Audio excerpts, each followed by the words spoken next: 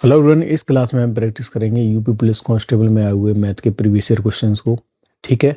और ये आपकी यूपीएसआई के लिए भी इंपॉर्टेंट है, बाकी सभी एग्जाम के लिए इंपॉर्टेंट है जिसमें भी मैथ पूछा जाता है।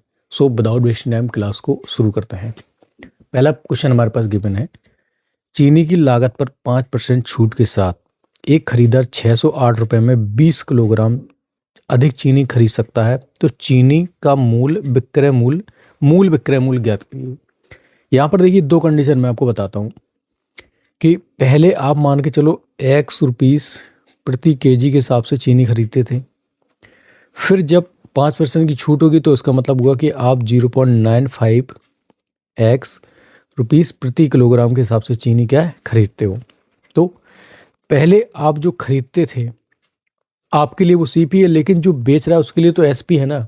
तो यहीं पर ये बोला गया कि मूल विक्रय मूल्य ज्ञात कीजिए, मतलब X की वैल्यू में फाइंड आउट करनी है। ठीक है। तो अभी आप चीनी ज़्यादा खरीद रहे हो, तो 608 ये कुल रुपए हैं। इसमें से प्रति केजी का अगर हम डिवाइड कर दें तो हमारा जो हम चीनी कितनी खरीदते हैं वो हमारा क्या आ जाएगा निकल के, माइनस 608 रुपये में पहले आप चीनी कितनी खरीदते थे ₹X प्रति किलोग्राम के हिसाब से।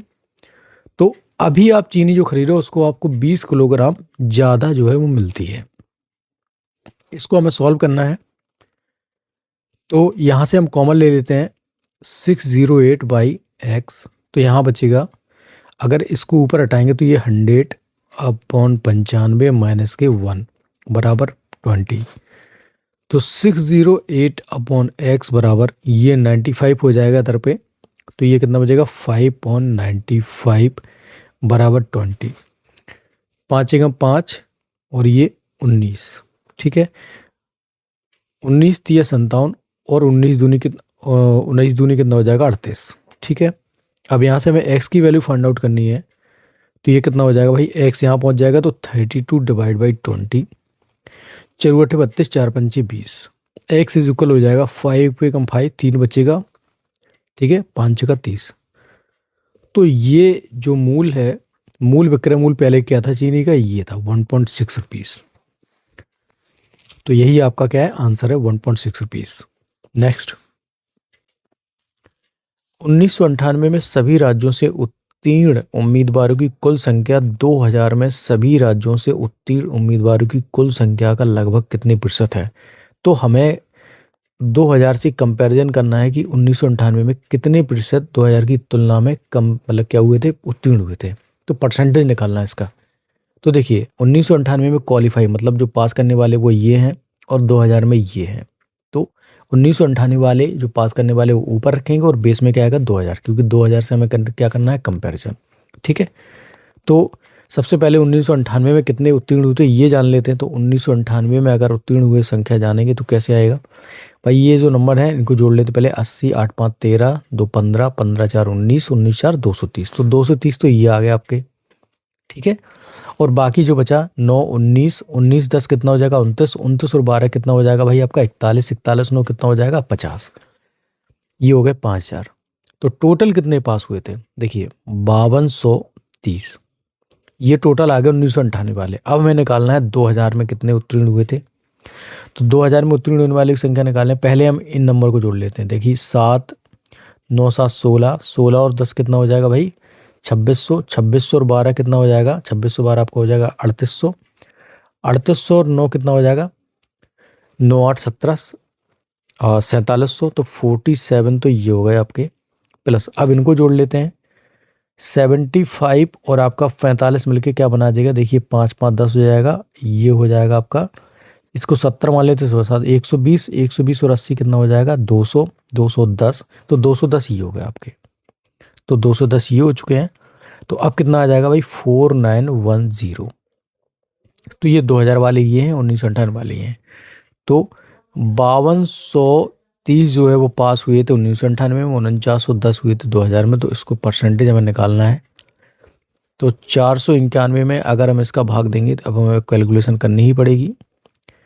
तो 523 एक बार ये जाएगा, तो 491 2 12 में से 9 12 में से 9 हो जाएगा, तो कितना बचेगा 3।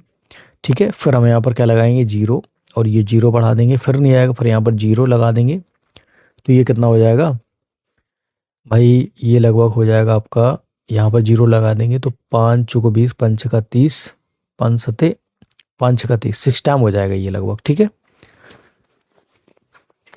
तो हमें बस इतनी चाहिए, तो 1.606 हो गया, मल्टीप्लाई 100 कर दो तो इसमें कितना आ जाएगा 106, ऐसे ही कुछ परसेंटेज हो जाएगा। ठीक है, तो 106% कुछ आंसर आपके क्या हो जाएगा, यहाँ पर करेक्ट हो जाएगा।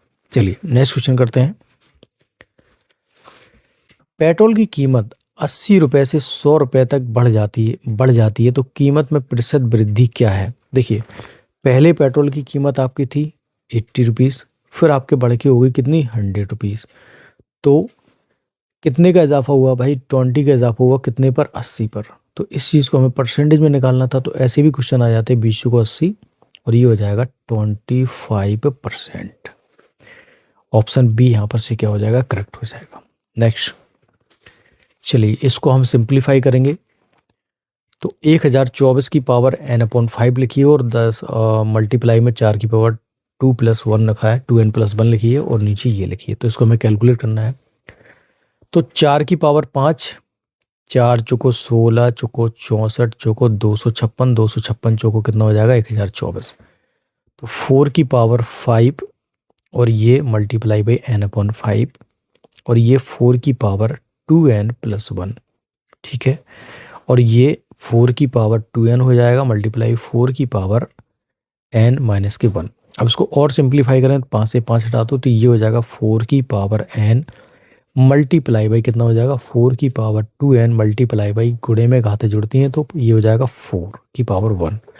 ठीक है, अब यहाँ पर क्या लिख सकते हैं इसको, 4 की पावर 2n लिखा हुआ है, 4 की पावर मल्टीप्लाई क्या लिखा है 4 की पावर n, और भाग में घातें घटती हैं तो ये आ जाएगा 4 की पावर 1 यहाँ। तो अगली फर्दर क्या करेंगे, इसको यहाँ से हटा के इसको सीधा ऊपर ले जाएंगे, भाई ऊपर पहुँच जाएगा ये, तो 4 की पावर 1।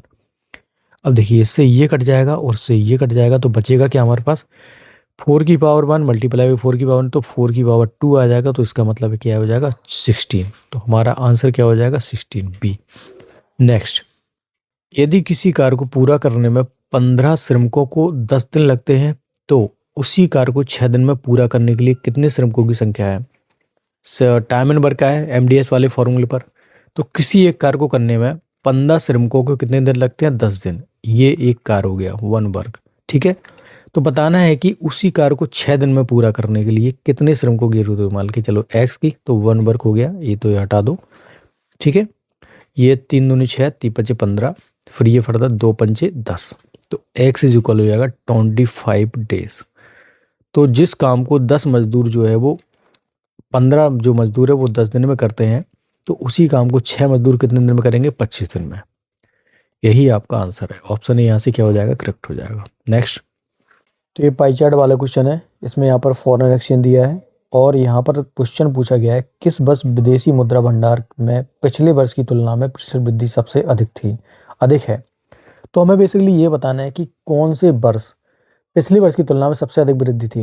देखो यहाँ पर अगर ये वाला जो डेटा गिवन है, यहाँ से हमें क्वेश्चन का आंसर निकालना है, तो हमें वृद्धि वाला बताना है। जैसे कि 1996 से 1997 के बीच में देखिए 1995 में ज़्यादा थी और यहाँ पर कम होगी, लेकिन तो ऑप्शन 1996 से 1997 तो हो ही नहीं सकता है, क्योंकि यहाँ पर हमें वृद्धि वाला बताना है। इसी प्रकार से देखो, अगर 1994 से 1995 के बीच में देखा जाए तो 1994, 1993, 1994 में क्या हुई थी, देखो यहाँ पर ज़्यादा संख्या और ये वाली कम है, तो यहाँ पर 1994 और 1995 भी क्या है, एक आंसर नहीं होगा। तो 2 ऑप्शन हमने हटा दिए, अब बचे हमारे पास 2, 1992 से 1993, ये तो हो ही नहीं सकता ना, क्योंकि हमें आगे वाली बताना है। मतलब जैसे कि हम अगर 1993 से 1994 वाली लें तो इससे पीछे वाली क्या है, कम होनी चाहिए और उसके आगे आने वाली ज़्यादा होनी चाहिए। तो देखो हमने विदाउट सॉल्यूशन के अपना आंसर निकाल लिया है। तो 1992 से 1993 वाली तो हो ही नहीं सकती, क्योंकि इसके पहले तो कोई डेटा है ही नहीं हमारे पास। तो जाहिर सी बात है हमारा जो आंसर होगा वो ऑप्शन डी होगा, बिना किसी सॉल्यूशन के। ठीक है, चलिए नेक्स्ट क्वेश्चन। चुनाव में 2 उम्मीदवार थे, 10% मतदाताओं ने मतदान नहीं किया, 60 मत अवैध पाए गए। विजेता उम्मीदवार को कुल मतों का 47% प्राप्त होता है और वह 308 मतों से जीतता है। तो नामांकित मतदाताओं की संख्या वो हमें बतानी है, टोटल कितने मतदाता जो थे। देखिए हम मान लेते हैं कि टोटल जो वोटर थे वो 100 इंटू एक्स थे, ठीक है। अब क्या है कंडीशन कि 10% मतों को तो क्या है अवैध पाया गया, मतलब 10% मतदाताओं ने मतदान नहीं किया, तो 10x। अब बचा हमारे पास कितना 90x। अब 90x में से भी 47x जो है वो किसको मिल चुके हैं, विजेता वाले को। 47x ये आ गया, तो ये विजेता वाले को मिले हैं। अब बचा कितना भाई, ये हो गया 57, तो कितना बचेगा 43x। अब 43x जो है वो मिले हैं किसको, जो हारा है, हारने वाले उम्मीदवार को। लेकिन इसमें से भी क्या हुआ, 60 मतों को क्या है हमने अवैध घोषित कर दिया था। तो 43x माइनस के 60 ये उसको मिले हैं जो हारा है। अब जो दोनों का जो अंतर है वो 308 दे रखा है, तो विजेता में से जो हारा है उसको घटा देते हैं, तो हमारा क्या आ जाएगा, अंतर आ जाएगा 308। इसमें से ये जाएगा तो कितना बचेगा 4x, और ये हो जाएगा +60, ठीक है। तो ये हो जाएगा 308। अब 4x बराबर क्या हो जाएगा भाई, 60 को हटा देंगे इसमें से, तो कितना बचेगा 48। देन x इज इक्वल हो जाएगा कितना, 4 एकम 4 और 4 दूनी 8, ठीक है। सॉरी, ये बचेगा आपका 4x इक्वल हो जाएगा कितना 248। देन x इज इक्वल हो जाएगा कितना 4 6 24 4 दूनी 8। जब x की वैल्यू 62 दे रखी है तो 100x बराबर क्या हो जाएगा आपका 6200। यही हमें बताना था कि कुल वोटर जो है वो कितने थे। तो यहाँ पर पॉइंट इसमें ये था कि इसमें जो विजेता है उसको कुल मतों का 47% मिलता है, उन मतों का नहीं मिलता है जो क्या है जिन मतदाताओं ने मतदान किया उनका नहीं मिलता है, ये टोटल का मिलता है। तो बस यहाँ पर यही वाला एक इंपॉर्टेंट पॉइंट था।